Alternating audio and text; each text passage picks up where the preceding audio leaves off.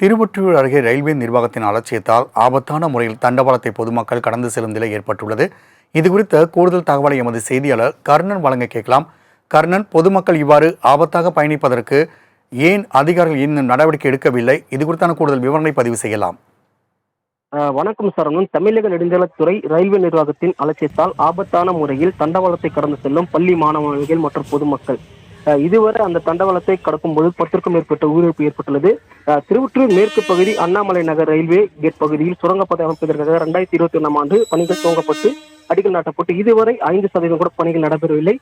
திருவொற்றியூர் தொகுதிக்குட்பட்ட மேற்கு பகுதியான அண்ணாமலை நகர், ராஜாஜி நகர், கார்கில் நகர், ராஜசம்மா நகர், வெற்றி விநாயகர் நகர், பாலகிருஷ்ணன் நகர், சார்லஸ் நகர் உள்ளிட்ட 50க்கும் மேற்பட்ட நகர்கள் உள்ளது. இந்த பகுதியில் 30க்கும் மேற்பட்ட மக்கள் வசதி வருகின்றனர்.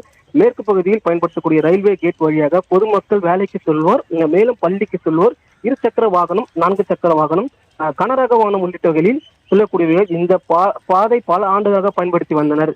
மேலும் சென்ட்ரலில் இருந்து வட மாநிலத்தில் செல்லக்கூடிய விரைவு ரயில்கள், அதே போல சென்ட்ரலில் இருந்து மூடிப்பூண்டி சூலூர்பேட்டை வரை செல்லக்கூடிய மின்சார ரயில்கள் அதிக அளவு இந்த வழித்தடத்தில் பயன்படுத்தினர். மேலும் அதிக நேரம் ரயில்வே கேட்டுகள் மூடப்படும் நிலை ஏற்பட்டதால் பொதுமக்கள் அதிக நேரம் காத்திருக்க வேண்டிய சூழல் ஏற்பட்டிருந்தது. மேலும் தமிழக அரசு நெடுஞ்சாலைத்துறை ரயில்வே நிர்வாகம் அந்த பகுதியில் சுரங்கப்பாதை அமைப்பதற்காக பணியை கடந்த 2021ஆம் ஆண்டு தொடங்கினர்.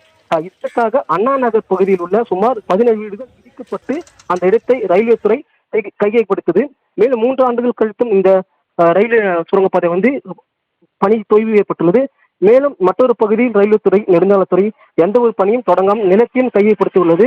மேலும் ரயில்வே துறையில் மட்டும் பணியை தற்போது துவங்கியுள்ள நிலையில் தமிழக நெடுஞ்சாலைத்துறை இதுவரை சுரங்கப்பாதை அமைப்பதற்காக எந்த ஒரு வேலையும் ஈடுபடவில்லை.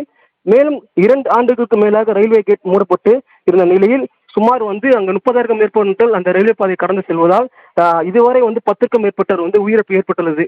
சரவணன். கர்ணன், தகவலுக்கு நன்றி.